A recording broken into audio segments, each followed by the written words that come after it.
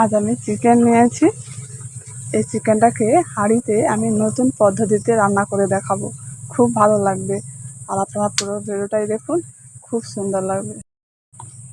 আমি 1 kilo chicken নিয়েছি। ভালো করে চিকেনটা কিন্তু ধুয়ে জল ঝরিয়ে নিয়েছি। এর মধ্যে কিছু আমি উপকরণ মিশিয়ে নিচ্ছি। দিয়ে দিচ্ছি সরষের তেল। 250 গ্রাম পেঁয়াজ নিয়েছি। এই 250 গ্রাম পেঁয়াজ কুচি করে নিয়েছি। কিছুটা পেঁয়াজ আমি এখন চিকেনের মধ্যে মাখিয়ে নেব, আর বাকি পেঁয়াজটা আমি রান্না করব। লবণটা দিয়ে দিচ্ছি, চামচ ধনে গুঁড়ো দিয়ে দিচ্ছি, ওর সাথে 1 চামচ লাল লঙ্কার গুঁড়ো দিয়ে দিচ্ছি, আর 1 চামচ হলুদ গুঁড়ো দিয়ে দিচ্ছি। উপকরণগুলো দিয়ে এখন চিকেনটাকে খুব ভালো করে মাখিয়ে নিচ্ছি। এখন সব উপকরণ দিয়ে আমি চিকেনটাকে ভালো করে মাখিয়ে নিয়েছি। কিছুক্ষণের জন্য ম্যারিনেটে রেখে দিচ্ছি।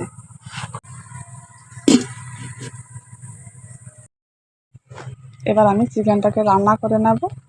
উনুনটা জ্বালিয়ে দিয়েছি, ওর মধ্যে একটি হাঁড়ি বসিয়ে দিচ্ছি। এখন চিকেনটা রান্না করে নেব, তার আগে আলুটা ভেজে নেব। তার জন্য আমি তেলটা দিয়ে দিচ্ছি।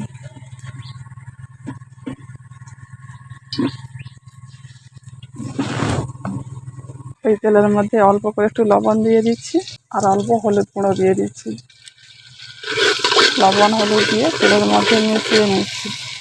আর আলাদা করে আলুর মধ্যে লবণ আর হলুদ দেওয়ার দরকার নেই। এবার ওর মধ্যে আমি আলুগুলো দিয়ে দিচ্ছি।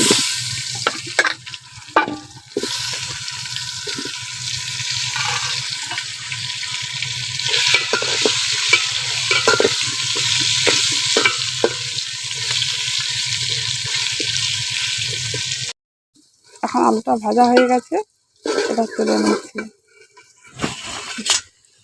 এই দেখুন, আলু খুব ভালো করে ভেজে নিয়েছি।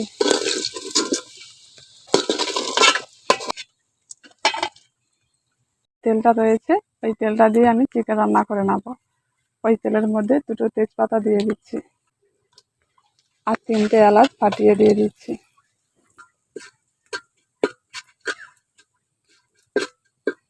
এখন ফোড়নটা ভাজা হয়ে গেছে, এবার দিয়ে দিচ্ছি পেঁয়াজ কুচি।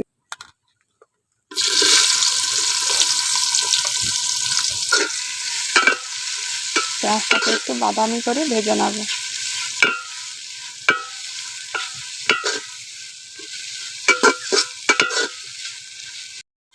পেঁয়াজের মধ্যে একটু লবণ দিয়ে দিচ্ছি। লবণটা দিলে পেঁয়াজটা তাড়াতাড়ি ভাজা হয়ে যাবে।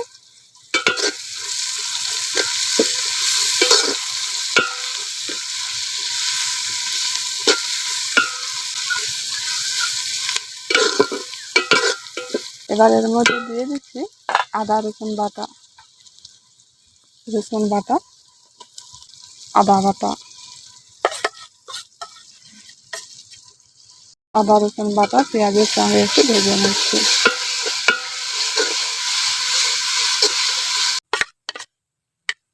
আমি ঝালের জন্য কাঁচা লঙ্কা দিয়ে দিচ্ছি। কাঁচা লঙ্কা দিলে শরীরের পক্ষে কিন্তু খুব উপকারী কাঁচা লঙ্কা, আর কাঁচা লঙ্কা পেট ঠান্ডা করে। টমেটোর কুচিটার সঙ্গে দিয়ে ভালো করে একটু কষে নেব, তাহলে কিন্তু টমেটোর কাঁচা গন্ধটা চলে যাবে।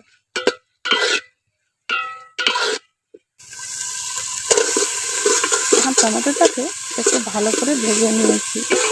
এই দেখুন, অনেকটা ভাজা হয়ে গেছে।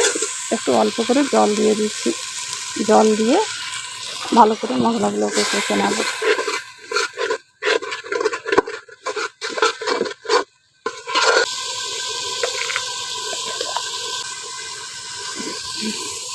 আমি ঝালের জন্য 1/2 চামচ লঙ্কা গুঁড়ো দিয়ে দিচ্ছি।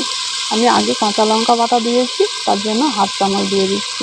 আর আপনারা যেমন ঝাল খেতে চাইবেন সেই পরিমাণে দেবেন। ওর সাথে লাল লঙ্কার গুঁড়ো 1/2 চামচ দিয়ে দিচ্ছি। এগুলো দিয়ে ভালো করে মশলার সঙ্গে মিশিয়ে নিচ্ছি।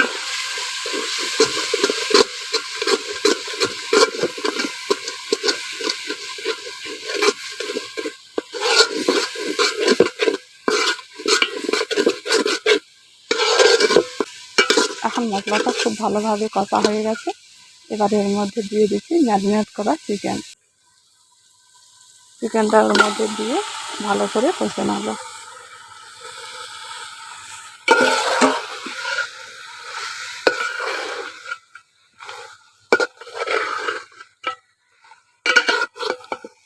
চিকেনটা এখন মশলার সঙ্গে খুব ভালো করে মিশিয়ে নিয়েছি।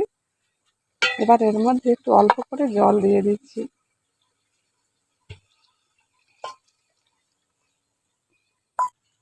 এখন চিকেনের মধ্যে আমি ঢাকাটা দিয়ে দিচ্ছি।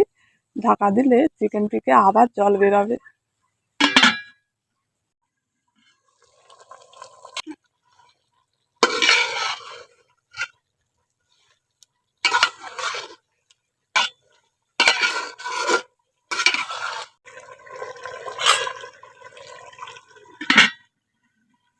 ঢাকা খুলে মাঝে মাঝে এইভাবে করে কষে নিতে হবে, তাহলে কিন্তু হাঁড়ির নিচেতে কোনো মশলা লাগবে না। আর না কষলে কিন্তু ওটা লেগে যাবে।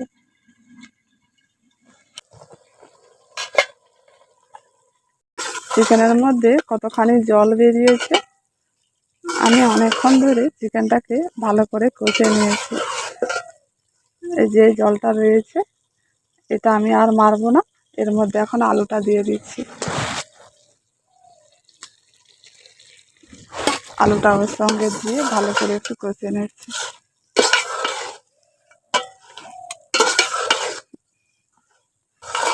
এখন চিকেনটাকে আমি 15 থেকে 20 মিনিট ভালো করে কষে নিয়েছি। এবার আমি জলটা দিয়ে দিচ্ছি।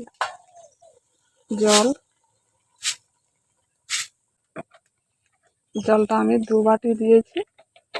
এই জলটা দিয়ে ভালো করে মিশিয়ে নিয়েছি। এবার আমি পরিমাণ মতো লবণটা দিয়ে দিচ্ছি। আমি লবণ আগে চিকেনের মধ্যে দিয়েছিলাম, এখন ঝোল আর আলুর জন্য আবার লবণটা দিয়ে দিচ্ছি। লবণটা দিয়ে ভালো করে মিশিয়ে নিচ্ছি।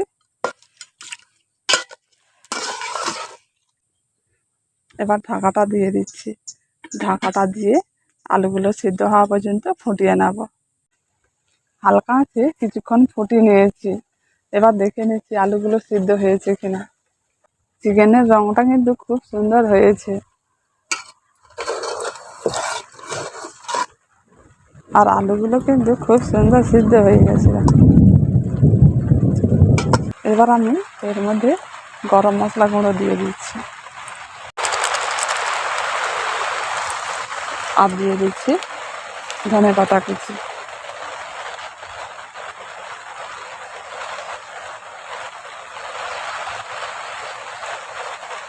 এই উপকরণ দুটো দিয়ে ভালো করে মিশিয়ে নিচ্ছি। এখন আমার চিকেন রান্নাটা সম্পূর্ণভাবে রেডি হয়ে গেছে, পরিবেশনের জন্য রেডি। এবার আমি নামিয়ে নিচ্ছি। চিকেনটা আমি এখন একটু খেয়ে দেখছি কেমন হয়েছে।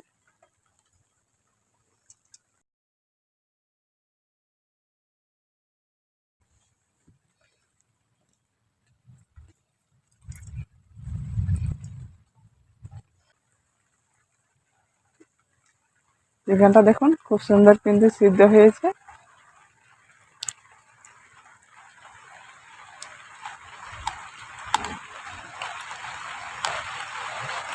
খুব ভালো হয়েছে। কড়ার থেকে হাঁড়িতে করে চিকেন রান্না করলে খুব ভালো লাগে।